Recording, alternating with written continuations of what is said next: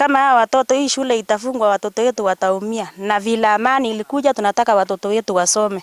Hapa tunataka barabara, tunataka hospitali. Hata stima pia ikuje. Hii shule hata ijengwe mzuri vile imeharibiwa juu. Mimi kwa damu yangu kabisa ninaelewa hapa ni Laromoru Primary School, Handangelecha sublocation, Haraba location. So mimi naomba serikali iingilie kati na hii shule ijengwe, watoto wetu wasome. Kufunza nje ni ngumu sana.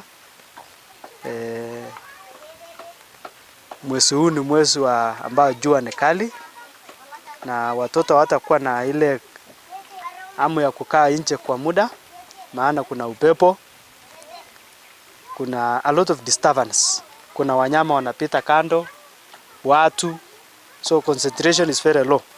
Wanafunzi hawatakuwa na zingatia yale ambayo yanaendelea. Pia watoto wale wa grade 3 ambao tulikuwa nao grade 2 bado wako na maswali mengi. Psychologically they are tortured because they are finding that their class is not there, so they start questioning. Mwalimu, darasa letu nani alipomoa? Mbona tusichengewe wengine? Tunaendelea tu kufundisha bila madawati, bila vitabu, hiyo challenge zote nje ya darasa chini ya miti. So tumekuwa na changamoto sana na tukashangaa kwa nini shule kabomolewa wakati watoto wa Kenya wengine wanaendelea kusoma bila matatizo yoyote. So tukawa na maswali ambayo hayana majibu. Tukajiuliza nani alibomoa shule?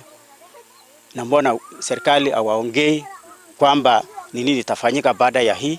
Walimu ambako wako hapa waendelee kufundisha ama wafanye namna gani? Wanafunzi pia hatujapata ripoti yote kwamba waende wapi ama wafanywe nini. So hiyo ndio swali ambayo mpaka saa hii hatujajibiwa. Kila wizara ina kimya, haipei way forward.